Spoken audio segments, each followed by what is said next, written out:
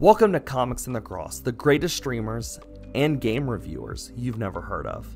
My name is Spacehawk, and today, let's dive into the immersive world of Avatar: Frontiers of Pandora.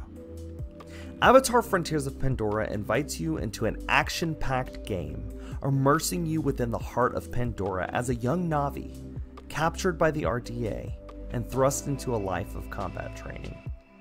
The narrative unfolds as you break free of the confines of the facility, joining forces with the Resistance to combat the oppressive RDA. The game is approximately 20 hours long if you're streamlining the story. However, the game can extend beyond 59 plus hours if you are a completionist or trophy hunter, according to howlongtobeat.com. Now let's talk about some of the things I liked about the game. The game effortlessly immerses you into the vibrant world of Pandora. The Na'vi's fluid motions through the forests, the flora, the fauna, just contribute to the living and breathing environment. One of my favorite moments was taming and riding the Ikran, the dragon-like beast of the world of Avatar. Man, it was so much fun to just get to ride on the backs of the Ikran.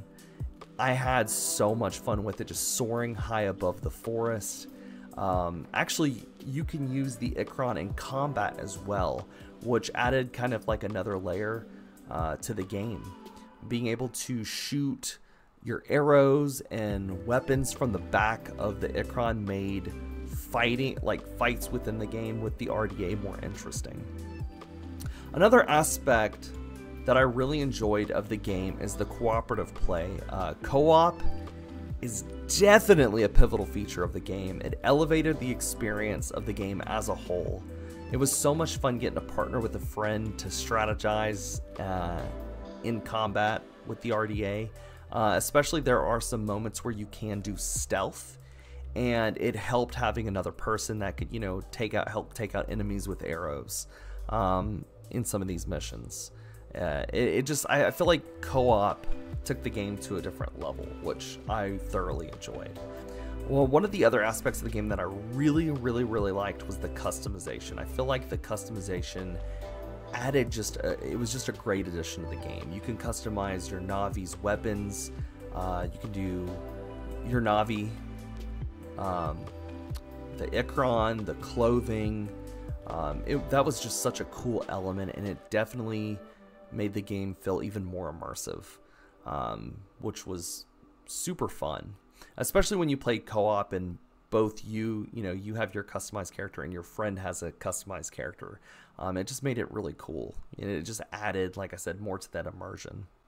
Now I really want to kind of talk about some of the stuff that just didn't really sit well with me within the game. One of those things, the major thing for me, was the story. I just felt like the narrative was not super interesting. It was very predictable. It was just lacking a spark that I hoped that was going to be in this game. There were a few characters that I did enjoy. They introduced some characters that I was like, oh, that's such a cool character. But the pacing was just not great. There was a couple times where I just skipped through the dialogue. They do give you the option. You could skip the dialogue. You could skip whole cutscenes. I did that honestly most of the time. I just didn't find it interesting. And now that is a personal choice. That is my personal preference. If you like cutscenes, you may love this game. But for me, it just wasn't interesting for me. By the end of the game, I was just kind of ready for the story to be done. I felt like they definitely dragged out the story in some parts, and I just didn't like that. Now there is more to the immersion. They added an investigative mode. Just think like the Batman Arkham games, where you can investigate different clues to piece together what happened. You use your Na'vi senses to do this. It's an intriguing concept, but it just felt like a chore. They did it so much. In like most of the missions, you have to use this mechanic, and it was overused so much it became more annoying than enjoyable. Another thing that was kind of a struggle for me was the navigation throughout the world. You were supposed to use your Navi senses to find where to go. Now, in theory, that sounds fun, but in reality, playing the game was not that fun on occasions where I couldn't figure out where to go or what to do. Sometimes the objective was not highlighted for me. I don't know if that was bugs or what. There was occasionally you had to sneak in facilities and use vents, and there was sometimes I didn't even know where to go. I had to look it up on several occasions, like, where is this thing? And you have to use this, you have to find this vent that's like off in a corner somewhere, and that was kind of annoying.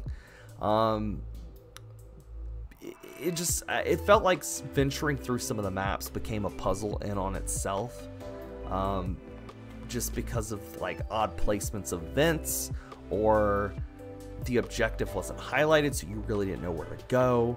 That was really a struggle that I just didn't enjoy that part of the game. Also, the game was a little bit more difficult than I wanted it to be. I know that sounds kind of funny, but like, I was getting killed super easy. And I get it, you're Navi, you don't have the armor, you don't have the capability that the RDA has, but I was getting melted. Like, I would get shot by some of the big mechs, and it was just draining my health. And you fight some of the same enemy types over and over and over, so the game does feel a bit repetitive in that way. And they did try to add different mechs to try to give it that to make it not as repetitive, but it really did feel super repetitive. So that was kind of a struggle. I was just getting killed left and right. I actually moved the game onto more of an easy mode just to get through it, and even in easy mode I was just getting melted. And I also felt like my weapons and abilities that I had didn't really help that much. Like, I was taking out RDA. It wasn't like they weren't impossible to beat, not at all. I mean, you could take them down, but it was just like, it took, you know, it takes several shots to bring them down, as opposed to RDA where they shoot you a few times and you're dead. You know, that part was actually kind of frustrating. It made it not as fun, but I do understand that that's probably part of the immersion within the world. Just for myself personally, it was not that fun. But you know, there were moments of the game that I did enjoy. There was just parts that were fun, but there was also parts that might not connect with everybody, and definitely did not connect with me. Completing the game was satisfying, but I probably won't revisit it at all.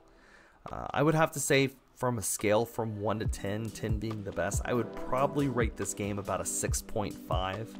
I feel like there could have been in some improvements in some different areas, like the navigational stuff. Definitely could have been improved. The story probably could have been shortened, to be honest with you. You know, some of the combat could have felt a little bit more fluid, and not, you know, there was a lot of repetitiveness. I felt like, especially with the detective mode, investigation mode, it felt very repetitive. It did at some points feel like an unpolished Far Cry game.